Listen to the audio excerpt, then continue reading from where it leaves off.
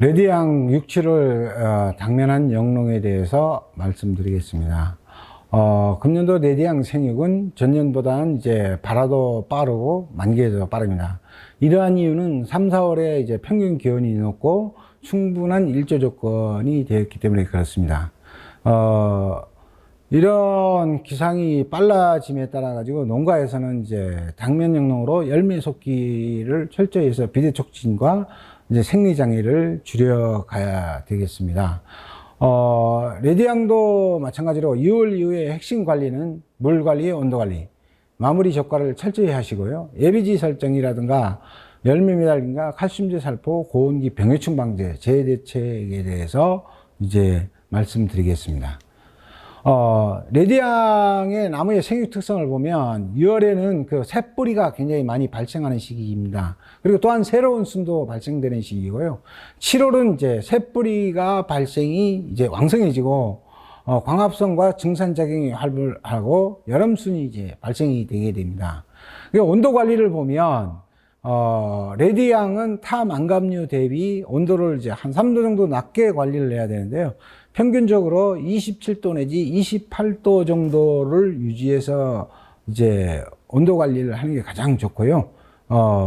너무 지나치게 6, 7월에 고온으로 가다 보면 나중에 열과로 발생하는 경우가 많기 때문에 온도 관리를 6, 7월부터 철저히 해주시고요. 물 관리는 6, 7월에 이제 세포 분열이 되면서 과실이 크기 시작하기 때문에 3 내지 5일 간격으로 일정한 간격으로 관수를 하는 게 매우 중요하겠습니다. 왜냐하면 레디양은 물관리 여하에 따라서 사후에 열과가 발생되는 경우가 많기 때문에 철저한 물관리를 통해서 열과라든가 이런 생리장애를 줄여 나가야 되겠습니다. 레디양은 기본적으로 온도 관리는 타망검류보단 2 내지 3도를 낮게 관리하는 게 좋습니다. 언제까지 이제 그렇게 관리하면 되는가 하면 만개 후 90일 이전까지, 즉 생리낙하가 완전히 끝날 때까지는 주야간 온도를 좀 낮게 관리하는 게 좋겠고요. 이렇게 높은 온도로 관리하면 후기의 열과라든가 미세 열과를 조장하기 때문에 철저히 해주시고, 여름 이제 7월이 돼서 이제 온도가 지나치게 많이 이제 오른다 그러면 차광망이라든가 보온 커튼을 이용해서 차광 처리를 하면 온도를 이제 2도에서 5도까지 낮출 수 있기 때문에 그걸 잘 활용하시는 게 좋겠습니다.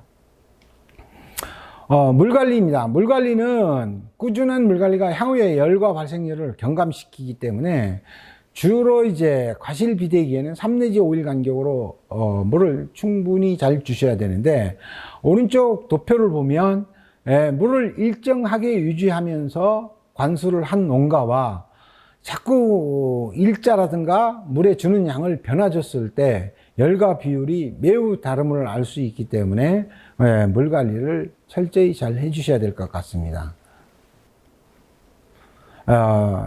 다시 한번 물 관리에 대해서 말씀드리면, 물이 충분한 경우엔 사후에 열과가 적어지는 반면에 물이 지나치게 적어가지고 부족해서 건조 처리가 많으면 많을수록 열과 비율이 높음을 이제 상단부의 도표를 보시면 알 수 있겠습니다. 그리고 시기적으로 보면 9월까지는 다습 관리를 하다가 9월 이후부터는 이제 소습 관리를 해서 열과 발생과 증당을 할 수 있도록 당을 높이는데 농가가 관수 관리를 그렇게 이제 하시면 되겠습니다. 레디양도 적과가 매우 중요합니다. 적과가 왜 중요한 이유는 착과 부담이 많게 되면 세근이 생장이 촉진되지만 여름 적과를 통해서 과다 착과할수록 열과도 많이 발생되기 때문에 적과를 이제 3회에 걸쳐 가지고 1차 적과와 2차 적과, 3차 적과를 하면 되겠습니다. 1차 적과는 보통 6월 하순까지 전부 끝내야 되고요. 이런 경우에 이제 상부에 있는 과실, 기형과 백곡과, 그 다음 아래 지나치게 하단부에 있는 소과라든가 이런 건 따내시고요. 2차 적과는 7월 중에 끝내야 되는데요. 이때도 이제 백곡과 기형과 위주로 하시면 되고, 마지막 3차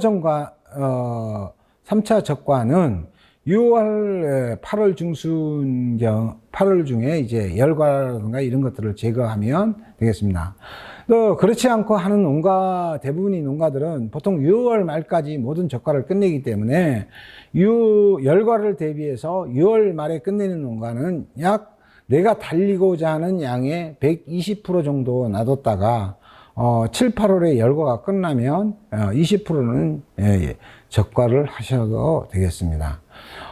적과에 따르는 그 열과 발생을 보면 150대 1, 즉 잎이 150개에서 열매를 하나 달린 거와 우리가 이제 무철이라든가 80대 1로 달린 거 보면 사후의 열과도 굉장히 많아지는 경향을 보이고 있습니다.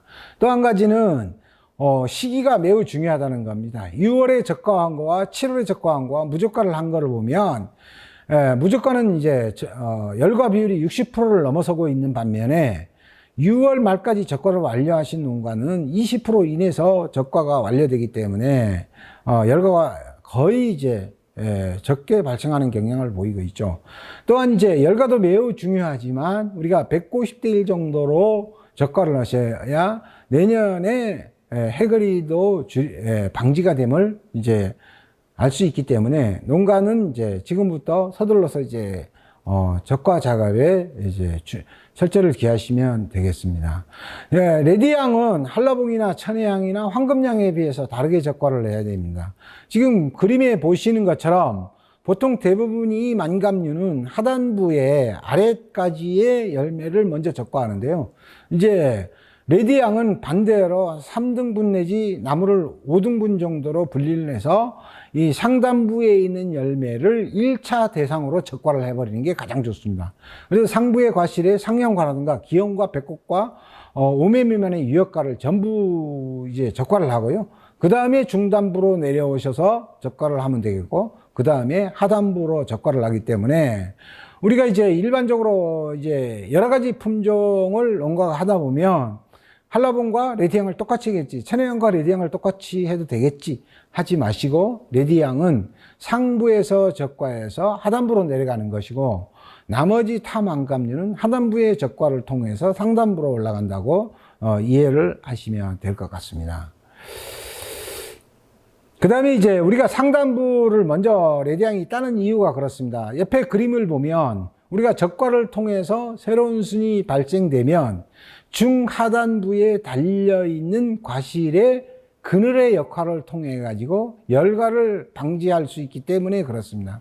그래서 이렇게 가려주면 온도가 상승되지 않고 사후에 이제 열과를 방지할 수 있으므로 이제 레디향 하시는 농가는 5등분 정도 나누어서 상단부의 열매를 제일 먼저 적과를 하시는 게 좋겠습니다.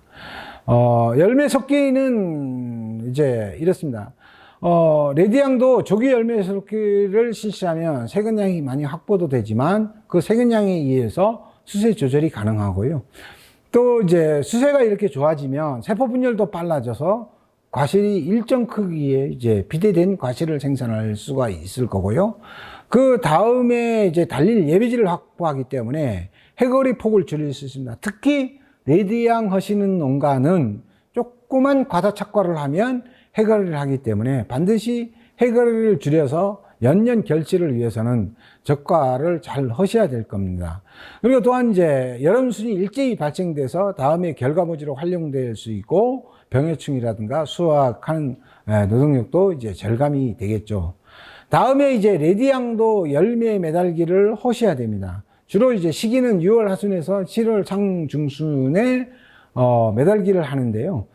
이제 큰 과실이 많을 경우에는 과실 한 개 매달리지만 과실이 중소과가 많을 경우에는 한꺼번에 우측 그림에 보듯이 가지 매달기로 가는 경우가 있습니다. 가지 매달기를 하는 경우엔 그림에 보듯이 기준의 가지를 매달고 그 다음에 앞에 나온 열매의 가지를 매달아서 이제 이렇게 멀리서 보면은 삼각형이 되도록 해서 매달지 않으면 사진에 보는 것처럼 과경 부분이 수분과 양분이 통하지 않아서 이제 수확기에 과실이 떨어져 버리는 낙과돼 버리는 현상이 발생되기 때문에 열매 매달기 할 때 또는 가지 매달기 할 때 이런 점을 주의해서 하시면 되겠습니다. 예, 가지 매달기를 하시는 농가에 따라서 매달기 방법이 조금 다를 텐데요. 가지 매달기를 하는 농가는 중소가 비율이 높은 농가고요. 상단부보단 그 하단부의 그 착과 비율이 높은 경우에는 이제 가지 매달기를 해도 문제가 없습니다. 이제 가지 매달기를 하면 일반 그 열매 매달기보다는 훨씬 인력이 적게 들기는 합니다. 근데 이제 우측에서 보는 것처럼 이제 열매 매달기를 해야 되는 경우에는 과실이 중대가 비율이 매우 높을 때는 열매를 한 개씩 한 개씩 전부 매달하는데요. 이때는 그 상단부의 착과 비율도 높기 때문에 또한 이제 좀 단점으로는 그 매달기에 인력과 재료가 많이 소요되는 경우가 있습니다. 근데 이제 대부분 이제 중대가로 생산하시는 분이 가지 매달기를 하면 부러지는 경우가 많이 발생을 하기 때문에 반드시 중대가가 많은 농가는 열매 매달기를 실시하셔야 될 겁니다. 레디향도 이제 다른 만감류와 마찬가지로 1년에 5회 정도, 2달에 한 번 정도 이제 시비를 하는데요. 홀수, 즉 3, 5, 7, 9, 11월에 시비하시는 분은 7월 상순에 3회차 비료를 시비해 주시고요. 2월 달부터 시비를 해 주신 분은 2월 하순에 2회차 비료를 이제 시비하시면 되겠습니다. 그 다음에 이제 레디향도 마찬가지로 다양한 응해류가 발생이 됩니다. 뭐 녹궁해, 귤응해, 차응해, 참원지응해, 특히 참원지응해들이 이제 많이 발생되는 경향을 보이는데요. 응해는 이제 여러 세대를 발생되기 때문에 특히 또 고온기일수록 세대 번식이 빠르기 때문에 적기에 이제 한두 마리가 보이면 빨리 방제를 하셔야지 방제를 늦춰버리면 그 과온의 발생 밀도가 높아져 아무리 좋은 약재를 치더라도 이제 방제가 잘 안 되는 경우가 있기 때문에 시기에 맞추어서 잘 방제를 하셔야 할 것 같습니다. 다음으로 이제 방제를 잘 해야 될 이제 해충이 볼록총체입니다. 특히 우리 지역, 남원 지역에 이제 볼록총체가 많이 발생이 되기 때문에 어린 육아기 때부터 상단부의 열매를 잘 관찰해서 배꼽 주변에 어떤 피해 시큰이 보이면 반드시 이제 볼록총체 방제를 이제 철저히 해야 되겠고요. 그 과원 내에 이제 잡초위에서도 거기서 월동해서 가해를 하기 때문에 이런 것들을 이제 제거한다든지 김매기를 통해서 제초를 해버린다든가 이렇게 하시는 게 좋겠습니다.